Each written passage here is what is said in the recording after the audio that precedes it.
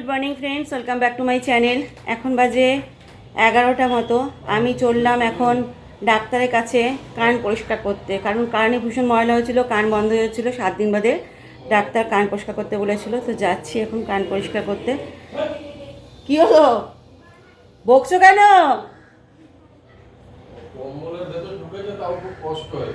তাও খুব কষ্ট হয়েছে ওর।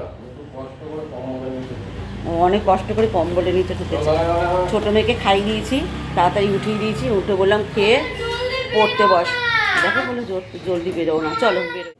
তো দেবা দিবি দুজনে বেরিয়ে পড়েছি। রিক্সা করে যাবো এখন, রিক্সা করে, টোটো করে না। 1 নম্বর রিক্সা, তারপর ওখান থেকে আবার টোটো। টোটো তো ওখান থেকে পরে হেঁটে কৈখালি যাবো। কৈখালি, নাগের বাজার ভুল বলেছিলাম, কৈখালিতে হবে। তো চলো, খাওয়া দাওয়া করে বেরিয়ে গেছি, কানটা পরিষ্কার করে আসি। চলো। তো আমার কান পরিষ্কার হয়ে গেল, খুব ভালো ডাক্তারবাবুটা, একটু লাগেনি, সুন্দরভাবে টেনে বার করে দিল। আজকাল অনেক আধুনিক সমাজ, সমস্ত কিছু আধুনিক যন্ত্রপাতি, জাস্ট কীভাবে বার করলো, একটু লাগেনি ব্যথা। কি ওটা হবে? এখন বাড়ি যাচ্ছি, আর এদিকে আমার মেয়ে আমাকে ঝামেলা করছে, এখন দক্ষিণেশ্বর যেতে বলছে। দাঁড়াও না, বড়, চলো পরে আবার ভিডিও করছি। মেন রাস্তায় চলে এসেছি, ওইদিকে যাব। গাড়ি আসছে শঁ করে।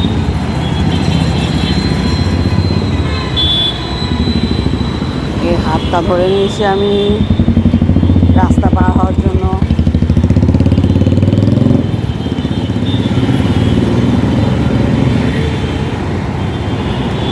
বাবা, এই কতক্ষণে বন্ধ হবে গাড়ি আসা কে জানে। চলেই আসছে গাড়ি। চলো চলো চলো, বন্ধ, দাঁড়িয়েছে পু পু করে দাঁড়িয়েছে সব। দৌড়াও দৌড়াও দৌড়াও দৌড়াও দৌড়াও দৌড়াও, দেখি টোটো ধরতে হবে। অটোওয়ালা দাঁড়িয়ে আছে, এই তো অটোওয়ালা দাঁড়িয়ে আছে। চলো, দুর্গানগরে বাস পাবে। এসে ড্রেস চেঞ্জ করে নিয়েছি, এসে দেখি আমার ছোটো মেয়ে ঘুমন্ত, আমার বড় মেয়ে ঘুমন্ত। তারা দক্ষিণেশ্বর যাবে নাকি? তো বড় মেয়ে দক্ষিণেশ্বর যেতে পারবে না, কারণ বাইরে প্রচণ্ড মেঘলা করেছে। আর দক্ষিণেশ্বরে বৃষ্টি হলে জায়গা নেই কোথাও দাঁড়ানোর। এসে দেখি আমার বড় মেয়ে খেয়েছে, 2টো পরোটা নিয়েছিল না 1টা পরোটা নিয়েছিল, আমি জানি না, অর্ধেক নষ্ট করেছে। ছোটো মেয়েকে ভাত খাইয়ে দিয়ে গেছি, নিশ্চিন্ত ঘুমাচ্ছে, মাথাটা কাজ করে না মাঝে মাঝে। আর একজন হুকুম করলো চা করো। এখন আমাকে ঘর ঝাড় দিতে হবে, শুধু ঠাকুর ঘরটা একটু মুছবো, মুছে লক্ষ্মী পুজো আছে, লক্ষ্মী পুজো করতে হবে। তারপরে ফেসবুক সংক্রান্ত কাজ আছে, ইউটিউব সংক্রান্ত কাজ আছে। কালকে ব্লগ আপলোড করিনি, ব্লগ আপলোড করতে হবে। অনেক কাজ জীবনে, বুঝলে। চলো বন্ধুরা, এখন সন্ধে হয়ে গেছে অনেকক্ষণ আগে। মেয়েদেরকে চিকেন রোল নিয়ে আসা হয়েছিল, মেয়েদেরকে চিকেন রোল খাওয়ানো হয়েছে। তো এখন প্রায় 9টা মতো বাজে। মেয়েদেরকে 1 গ্লাস করে দুধ দেব। এখন দুধটাকে আমি করতে বসিয়েছি ঠান্ডা, কেন গরম দুধ খাওয়ার উচিত নয়, ঠান্ডা দুধ খেতে বলে ডাক্তার। আজকালকার সবই নিয়মকানুন পাল্টে গেছে, যুগের সাথে সাথে সব পাল্টে যাচ্ছে। তো 2 মেয়েকে এখন দেওয়া হবে এই দুধ। তারপর আমাকে চিকেন ভর্তা করতে ঢুকতে হবে রান্নাঘরে। চিকেন ভর্তা করতে বলেছে আজকে আমার হাজব্যান্ড। চিকেন, বোনলেস চিকেন নিয়ে এসছে, বলেছে চিকেন ভর্তা করবে। তো চিকেন ভর্তা করতে যাব, একটু পরে যাব, একটু বসে নেব, বসে নিয়ে তারপরে যাব। চলো, একটু দুধ পড়েনি, ভালো ঢেলেছি, 2 মেয়েকে 2টো দিয়ে আসি। তো এখন ঢুকেছি রান্নাঘরে। হাজব্যান্ডকে জিজ্ঞেস করলাম কী গো, কী রেসিপি করবো আজকে? চিকেনের, বোনলেস চিকেনে। বললো তুমি চিকেন ভর্তা করো। বললাম ঠিক আছে, যখন চিকেন ভর্তা করতে বলছো। তো ঢুকে পড়েছি, গরম জল দিয়েছি, মানে গরম জল বসিয়েছি, তেজপাতা দিয়েছি, গোটা গরম মশলা দিয়েছি আর নুন দিয়েছি। নিয়ে চিকেনটাকে ভালো করে প্রথমে সেদ্ধ করে নিয়ে, তারপরে জলটাকে কিন্তু ফেলে দেবে না, জলটা পরে কাজে লাগবে। তো চিকেনটাকে সেদ্ধ করে নিয়ে ঠান্ডা করে কাঁটা চামচ দিয়ে চিকেনটাকে ছাড়িয়ে নিয়ে সেটাকে ঠান্ডা করে তারপরে মিক্সার গ্রাইন্ডারে পেস্ট করে নিয়েছি। নিয়ে আবারও কিছুটা পরিমাণ মতো, জানো তো চিকেন করতে তেল লাগেই, তো তেল দিয়ে দিয়েছি। নিয়ে এর মধ্যে কিছু জিনিস দেব, যেগুলোকে দিয়ে ভালো করে প্রথমে ভেজে নেব। ভেজে নিয়ে সেটাকে ঠান্ডা করে আমাকে কিন্তু এটাকেও পেস্ট করতে হবে। এক একজন এক এক পদ্ধতি রান্না করে, কিন্তু রান্না কিন্তু অনেক পদ্ধতিতেই, একটা রান্না কিন্তু অনেক পদ্ধতিতেই হয়।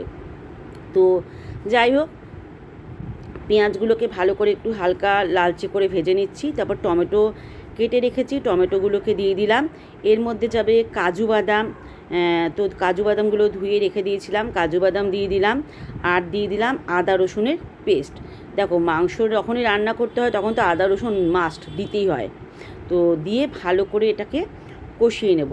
কষিয়ে নিয়ে এর মধ্যে যেই জলটাকে, মাংসের জলটাকে ঝরিয়ে রেখেছিলাম সেটাকে দিয়ে দেবো। দিয়ে ভালো করে একটুখানি ঘন করব। তো এর মধ্যে পরিমাণ মতো নুনও দিতে লাগছে। তো নুন দিয়েছি, আর অনেকটাখানি তেল হয়ে গেছিলো, সেই জন্য তেলটা একটু পরিমাণটা কমিয়ে দেখো বাটি করে আলাদা করে তুলে সাইডে রেখে দিয়েছি।